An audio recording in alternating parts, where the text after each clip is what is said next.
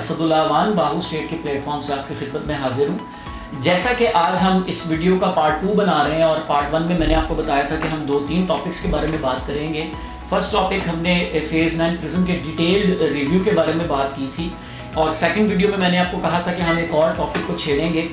तो आज ये टॉपिक ये है कि हम एक मिथ के बारे में, एक जो मोनोपोली होती है उसके बारे में बात करेंगे। उसमें 2 टॉपिक्स आते हैं। फर्स्ट टॉपिक ये है कि बहुत सारे क्लाइंट मुझसे पूछते हैं कि असल ये बयाना कॉन्सेप्ट क्या होता है कि हम किसी से कोई प्लॉट परचेज कर रहे होते हैं तो हमें हमारा एडवाइज़र, हमारा डीलर, हमारा एजेंट ये बताता है कि सर ये प्लॉट बयाने पे है, तो क्या हमें ये बयाने वाला प्लॉट परचेज करना चाहिए? अगर करना चाहिए तो किन किन चीज़ों का ख्याल रखना चाहिए, आज हम इस टॉपिक पे बात करेंगे। And the other topic is कि कहाँ पे प्रिज्म में आपको प्लॉट परचेज करना चाहिए, कहाँ पे लैंड क्लियर है, आपका plot on the ground exist करता है और एरिया लिटिगेशन में नहीं है, किसी प्राइवेट सिविल इंसान की वहाँ पे लैंड नहीं है। तो फर्स्ट हम अगर डिस्कस करते चलें बयाना कॉन्सेप्ट के ऊपर, इसको मैं थोड़ा सा डिटेल में आसान अल्फाज में समझाने की कोशिश करता हूँ कि बयाना कॉन्सेप्ट एक्चुअली होता क्या है। देखिए जी, डिफरेंट किस्म के बिजनेस लोग करते हैं, आपके भी ऑब्वियसली कुछ ना कुछ बिजनेस होंगे। कुछ लोग गाड़ियों में ट्रेड करते हैं, कुछ लोग गोल्ड में ट्रेड करते हैं।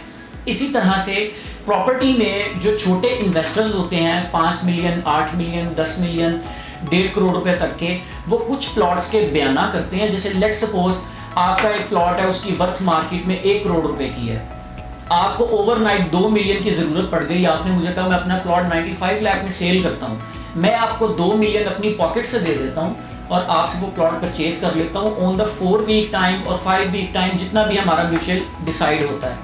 अब उस टाइम के अंदर अंदर मेरी कोशिश होती है कि मैं इसको मार्केट में डिस्पोज ऑफ कर दूँ और अपने पैसे रिकवर करके, और जो मेरा एक माकूल सा प्रॉफिट है 2 लाख 3 लाख, मैं उसको अर्न कर लूँ। अच्छा, बयाना कॉन्सेप्ट पे प्लॉट आपको परचेज करने में किसी किस्म की कोई प्रॉब्लम नहीं आनी चाहिए, आप 100% उसको परचेज कर सकते हैं। हाँ जी, बस कुछ चीज़ों का ख्याल रख सकते हैं।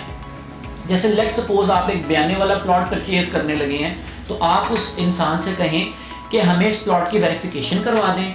अगर उन्होंने पहले करवाई हुई है दैट्स गुड, अगर नहीं करवाई हुई तो उन्हें कहें कि हमें एक फ़्रेश वेरिफिकेशन करवा दें, अपने प्लॉट की तसल्ली करें।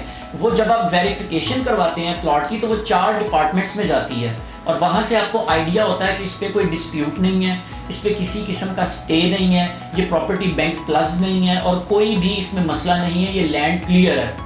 उसके DHA आपसे 2000 रुपये चार्ज करता है, तो मेरा ख्याल है कि इतनी बड़ी इन्वेस्टमेंट में अगर आप 2000 रुपये एक्स्ट्रा पे कर देते हैं तो वो आपके लिए ही फ़ायदा है। देन जब हम वेरिफिकेशन के पीरियड से बाहर निकलते हैं तो इसका नेक्स्ट स्टेप होता है NDC का। NDC की फुल फॉर्म है जी नो डिमांड सर्टिफिकेट। इसका मतलब ये होता है कि एक सेलर DHA से डिमांड कर रहा है कि मुझे एक सर्टिफिकेट दिया जाए, मैं अपना प्लॉट सेल करना चाहता हूँ कि मेरा प्लॉट ये क्लियर है और मैं इसको डिस्पोज ऑफ कर सकता हूँ। अब एक NDC अप्लाई होता है, उसका 3 से 4 दिन वर्किंग डेज का टाइम होता है, वो क्लियर होके आता है। इट मीन्स कि आपका प्लॉट 100% क्लियर है। आप अपने रेट को मार्केट के साथ एनालिसिस करें, अगर आपका रेट ठीक है तो बयाने वाले प्लॉट में किसी किस्म का कोई मसला नहीं है, आप परचेज कर सकते हैं। On the time of transfer obviously कोई भी इन्वेस्टर होगा, आप उसकी पेमेंट उसको दे देंगे और बाकी जो सेलर की होगी वो उसको दे देंगे और आपके नाम पे प्लॉट ट्रांसफ़र हो जाएगा। ये था बयाना कॉन्सेप्ट। आई होप कि मैंने वो काफ़ी हद तक क्लियर कर दिया होगा।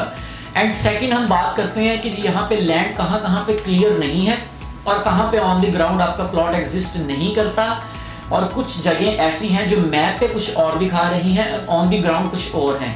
ये मेरा टारगेट, मेरे कुछ ओवरसीज़ भाई, मेरे कुछ दोस्त, मेरे कुछ क्लाइंट्स वहाँ पे हैं, उनको बताने के लिए मैं ये वीडियो बना रहा हूँ कि आप मैप पे देखते हैं, मैप पे F ब्लॉक के अंदर एक एरिया ऐसा है जहाँ पे एक छोटा सा कमर्शियल एरिया एंड पार्क वाज़िया हो रहा है, लेकिन अगर ऑन द ग्राउंड जाते हैं तो वहाँ पे दरबार है जो कि वहाँ से कभी रिमूव नहीं हो सकता। कारोबारी एंड दुनियावी लिहाज से वो एक ड्रॉबैक माना जाता है।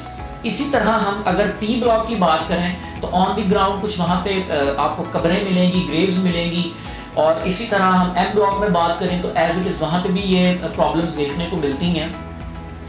और अगर हम लैंड क्लियरेंस की बात करें तो ऑलमोस्ट A ब्लॉक में काफ़ी हद तक पोर्शंस क्लियर है, इसकी कुछ नंबरिंग है जो डबल डिजिट्स में आती है, वहाँ पे लैंड आपकी क्लियर नहीं है, वहाँ पे आपको प्रॉब्लम फेस कर सकते हैं। आपका लैंड का अंदाज़ा कि क्लियर है या नहीं है आप इस बात से लगा सकते हैं कि आप ऑन द ग्राउंड जाया करें। अगर ऑन द ग्राउंड आपका कारपेटेड रोड मौजूद है आपके प्लॉट के ऊपर, और अगर कारपेटेड रोड नहीं भी है, एक कच्ची सड़क वहाँ पे बनी हुई है, तो आप प्लॉट परचेज कर सकते हैं।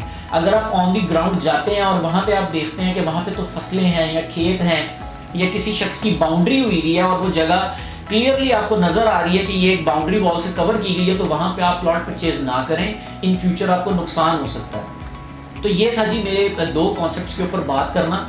आई होप आपके काफ़ी सारी जो क्वेश्चन है वो इसमें रिजॉल्व हुए होंगे। आई होप आपको थोड़ा फ़ायदा हुआ होगा। इंशाल्लाह हम मज़ीद वीडियोस में मिलेंगे और मज़ीद गपशप करेंगे। अब तक के लिए इतना ही। Thank you so much. Allah.